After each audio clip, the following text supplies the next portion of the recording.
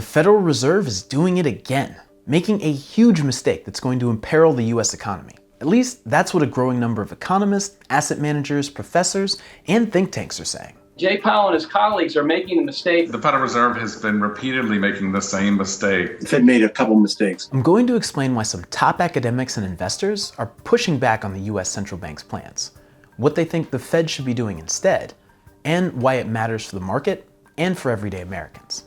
The Fed got it wrong in 2021 when they insisted for months that inflation was transitory and would fall away on its own without getting too hot.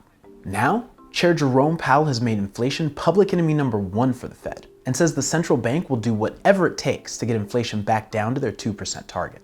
So they've raised US interest rates to the highest they've been since the 2008 global financial crisis and plan to raise them even higher in 2023.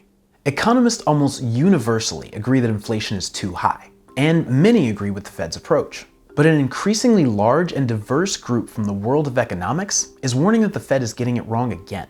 Nobel laureate Joseph Stiglitz, for instance, argues that today's inflation is largely driven by supply shocks and shifts in demand, rather than increasing demand, which is the problem that raising interest rates is designed to solve. Stiglitz says that raising rates will bring unnecessarily high unemployment that will disproportionately hurt low-income Americans, women, and people of color, while having only a minimal impact on inflation.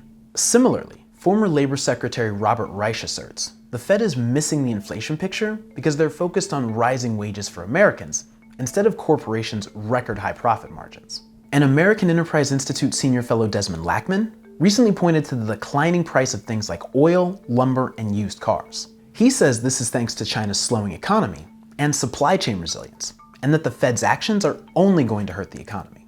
Critical economists think the Fed should stop raising interest rates now and rethink its approach.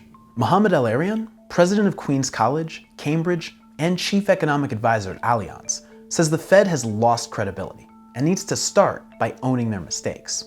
He believes a recession is unavoidable now, but that the Fed can reduce the harm from what it's already done by pulling back and accepting that inflation is unlikely to hit their 2% target. By pushing forward with its plans to raise rates by at least another 1%, these economists argue the Fed is going to cause millions more Americans to lose their jobs. There is also fear that much of the progress that has been made in the economy, like higher wages, decreasing inequality, and increased savings for low-income families, will be lost. They also worry that the Fed's current course will lead to the destruction of more small businesses. The Fed has given little acknowledgement to many of these arguments, but as more economists start to jump on the bandwagon, that may change. With the Fed raising rates, rapper Tyler the Creator makes a great point about what to do with your money. He says, "Hands stay full with them racks like hit tennis.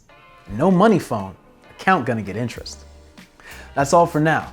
See you next time.